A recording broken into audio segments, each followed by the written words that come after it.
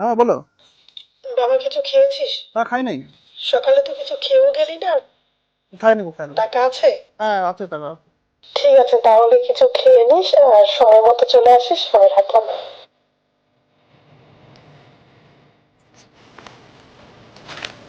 দাদা কিছু টাকা দাও, তুমি দিয়ে কিচ্ছু খাই না। টাকা পাবো না যা।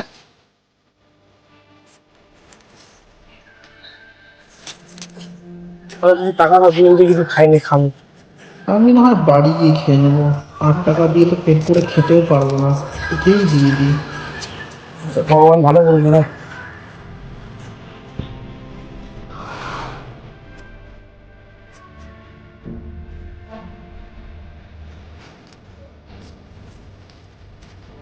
এই ভাই, দাঁড়া এদিকে আয়।